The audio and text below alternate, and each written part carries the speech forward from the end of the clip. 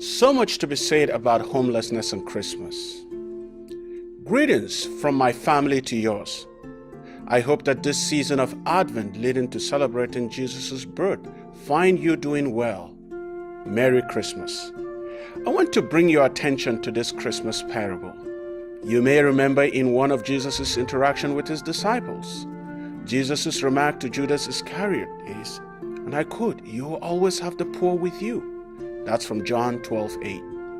As I look around many towns, cities, and refugee camps of our world, we might make this remark more specific and say, we will always have the poor, homeless with us. Jesus had some powerful things to say about the situation of homelessness and did many things for them. He was also a homeless person himself. Do you remember that Jesus did not start life at home or in a hospital? He was born in a stable, and his crib was an eating trough for animals according to the historical record that we have of life at that time. That's how life began. As a homeless baby, born to parents who were sleeping rough, he had hardly come into the world when Mary and Joseph took him across the border to escape the murderous intention of King Herod the Great. Jesus became a baby on the run, a homeless asylum seeker in Egypt. Can you believe that? During the years when he was growing up in Nazareth, Jesus did enjoy a home to live in, but once he was baptized by John and began his public ministry, he became again a homeless person.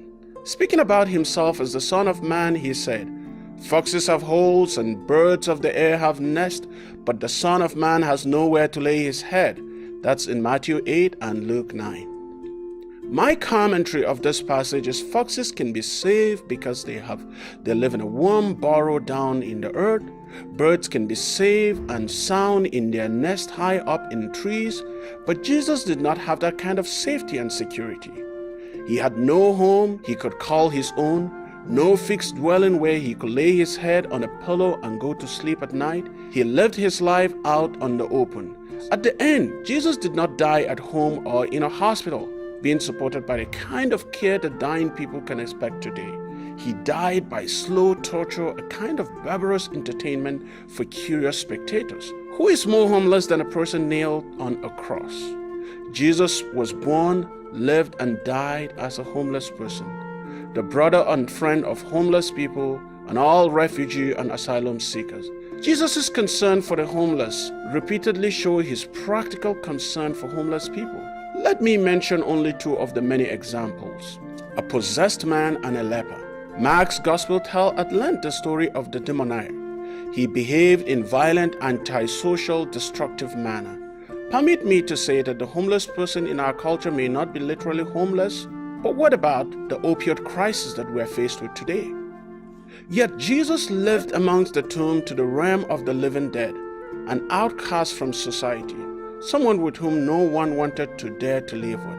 As brethren, we seek to follow in the footsteps of Jesus without being asked. Jesus delivered the demoniac from the evil spirit that tormented him and restored him to a normal existence. The man was no longer feared and despised. The man could once again share a home and take his place in society, opioid-free.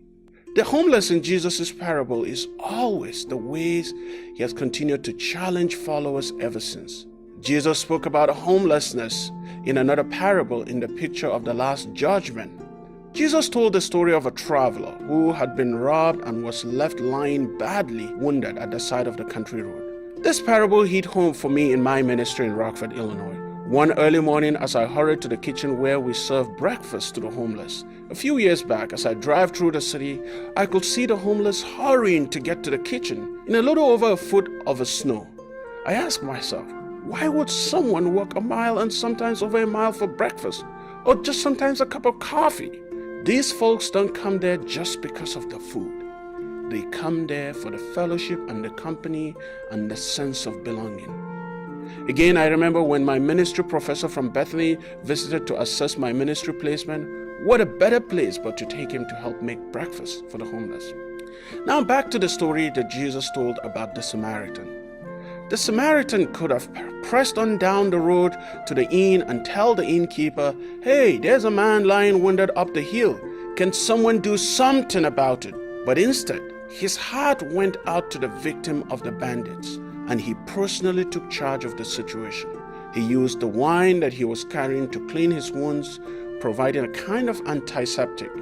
Caring for the wounded man cost the Samaritan some wine, oil, clothing, money, and an unexpected overnight delay. The parable has put two questions to Christians ever since. Will you let your heart go out to those in distress? Will you care for them even at a considerable personal expense? In a second parable, that of the rich man and Lazarus, Jesus presents another man faced this time day after day with a homeless person in a terrible need. The parable did not suggest that the rich man has gained his wealth by immoral or even criminal practices, but the very face of Jesus in the two parables mentioned above. Jesus said, "I was lying, robbed and wounded by the side of the road.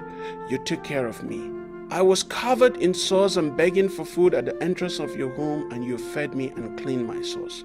But in speaking of this last judgment, Jesus goes beyond the two parables and identifies himself with those in terrible distress.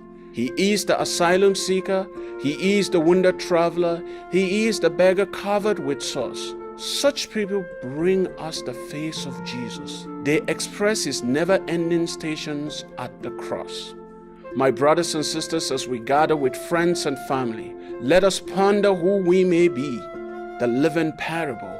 To our families, to our communities, it is a joy for me to be with you through this medium.